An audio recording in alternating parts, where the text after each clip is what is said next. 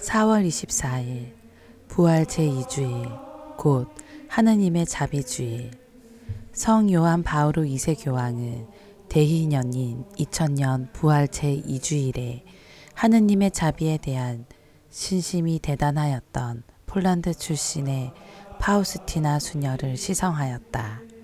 그 자리에서 교황은 모든 그리스도인에게 특별히 하느님의 자비를 기릴 것을 당부하였다.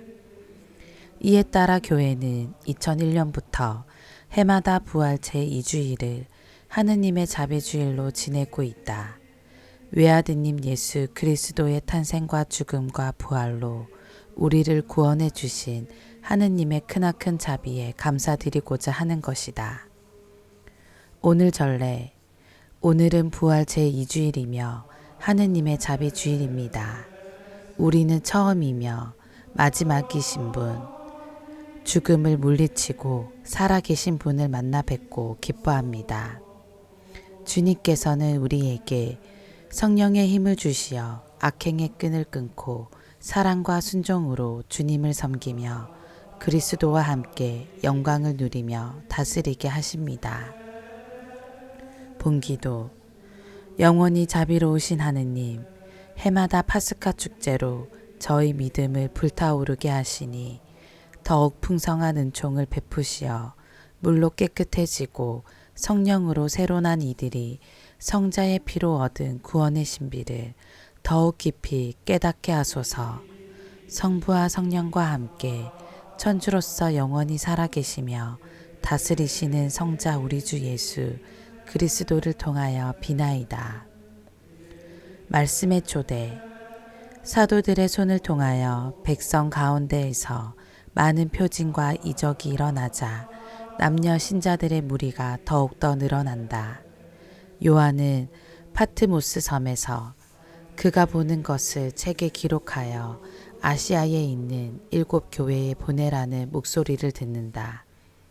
예수님께서는 토마스에게 나타나시어 의심을 버리고 믿으라고 하시며 보지 않고도 믿는 사람은 행복하다고 하신다. 제1독서. 주님을 믿는 남녀 신자들의 무리가 더욱더 늘어났다. 사도행전의 말씀입니다. 사도들의 손을 통하여 백성 가운데에서 많은 표징과 이적이 일어났다. 그들은 모두 한 마음으로 솔로몬 주랑에 모이곤 하였다. 다른 사람들은 아무도 감히 그들 가운데에 끼어들지 못하였다. 백성은 그들을 존경하여 주님을 믿는 남녀 신자들의 무리가 더욱더 늘어났다. 그리하여 사람들은 병자들을 한 길까지 데려다가 침상이나 들것에 눕혀놓고 베드로가 지나갈 때에 그의 그림자만이라도 누구에게가 드리워지기를 바랐다. 예루살렘 주변의 여러 고을에서도 많은 사람들이 병자들과 또 더러운 영에게 시달리는 이들을 데리고 몰려들었는데 그들도 모두 병이 나았다. 주님의 말씀입니다. 하느님 감사합니다. 제2독서. 나는 죽었었지만 보라 영원 무궁토록 살아있다. 요한 묵시록의 말씀입니다. 여러분의 형제로서 예수님 안에서 여러분과 더불어 환난을 겪고 그분의 나라에 같이 참여하며 함께 인내하는 나 요한은 하느님의 말씀과 예수님에 대한 증언 때문에 파트모스라는 섬에서 지내고 있었습니다. 어느 주일에 나는 성령께 사로잡혀 내 뒤에서 나팔 소리처럼 울리는 큰 목소리를 들었습니다. 그 목소리가 이렇게 말하였습니다. 내가 보는 것을 책에 기록하여 아시아에 있는 7 교회에 보내라. 나는 나에게 말하는 것이 누구의 목소리인지 보려고 돌아섰습니다. 돌아서서 보니 황금 등잔대가 7개 있고 그 등잔대 한가운데에 사람의 아들 같은 분이 계셨습니다. 그분께서는 발까지 내려오는 긴 옷을 입고 가슴에는 금띠를 두르고 계셨습니다. 나는 그분을 뵙고 죽은 사람처럼 그분 발 앞에 엎드렸습니다. 그러자 그분께서 나에게 오른손을 얹고 말씀하셨습니다. 두려워하지 마라. 나는 처음이며 마지막이고 살아있는 자다. 나는 죽었었지만 보라, 영원 무궁토록 살아있다. 나는 죽음과 저승의 열쇠를 쥐고 있다. 그러므로 내가 본 것과 지금 일어나는 일들과 그 다음에 일어날 일들을 기록하여라. 주님의 말씀입니다. 하느님 감사합니다. 복음. 여드레 뒤에 예수님께서 오셨다. 요한이 전한 거룩한 복음입니다. 그날 곧 주간 첫날 저녁이 되자 제자들은 유다인들이 두려워 문을 모두 잠가놓고 있었다. 그런데 예수님께서 오시어 가운데에 서시며 평화가 너희와 함께 하고 그들에게 말씀하셨다. 이렇게 말씀하시고 나서 당신의 두 손과 옆구리를 그들에게 보여주셨다. 제자들은 주님을 뵙고 기뻐하였다. 예수님께서 다시 그들에게 이르셨다. 평화가 너희와 함께. 아버지께서 나를 보내신 것처럼 나도 너희를 보낸다.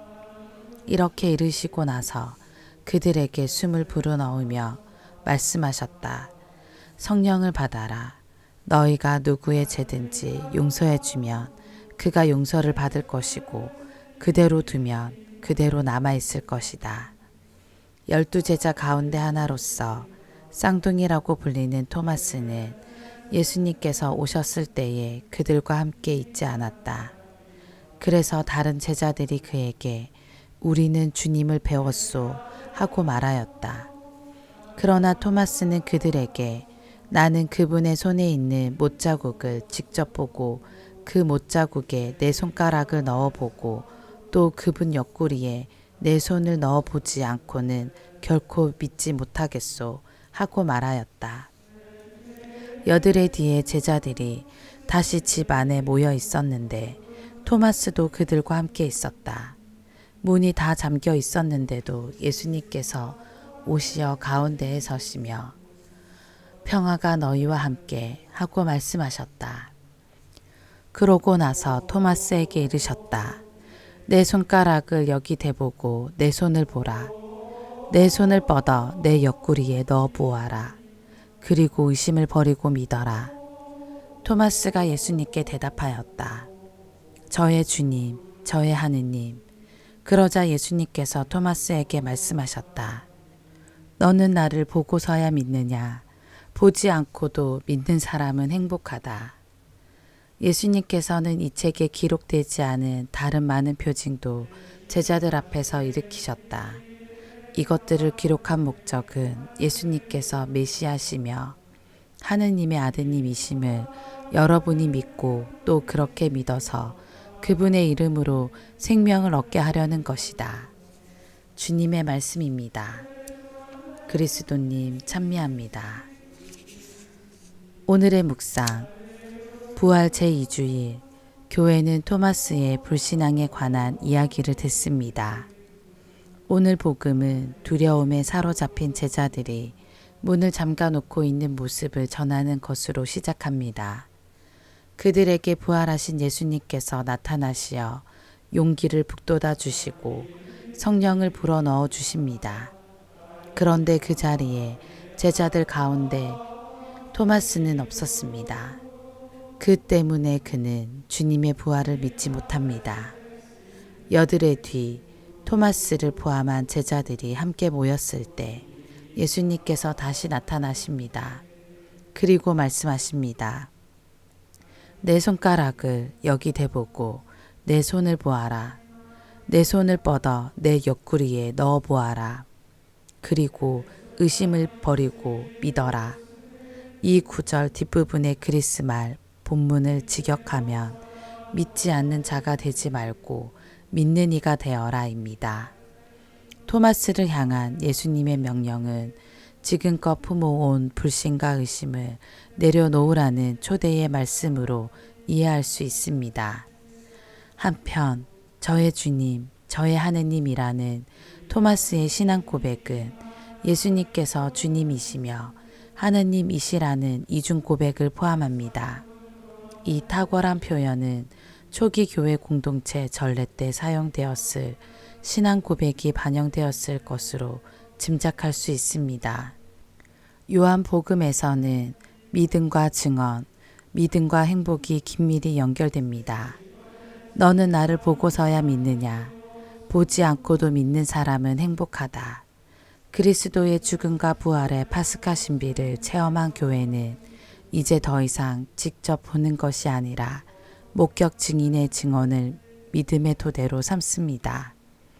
이러한 신앙 전통으로 말미암아 우리도 성경과 성전, 수많은 성인과 이름 모를 이웃의 힘 있는 증언을 통하여 부활하신 주 예수님과 새로운 계약을 맺도록 끊임없이 초대를 받습니다.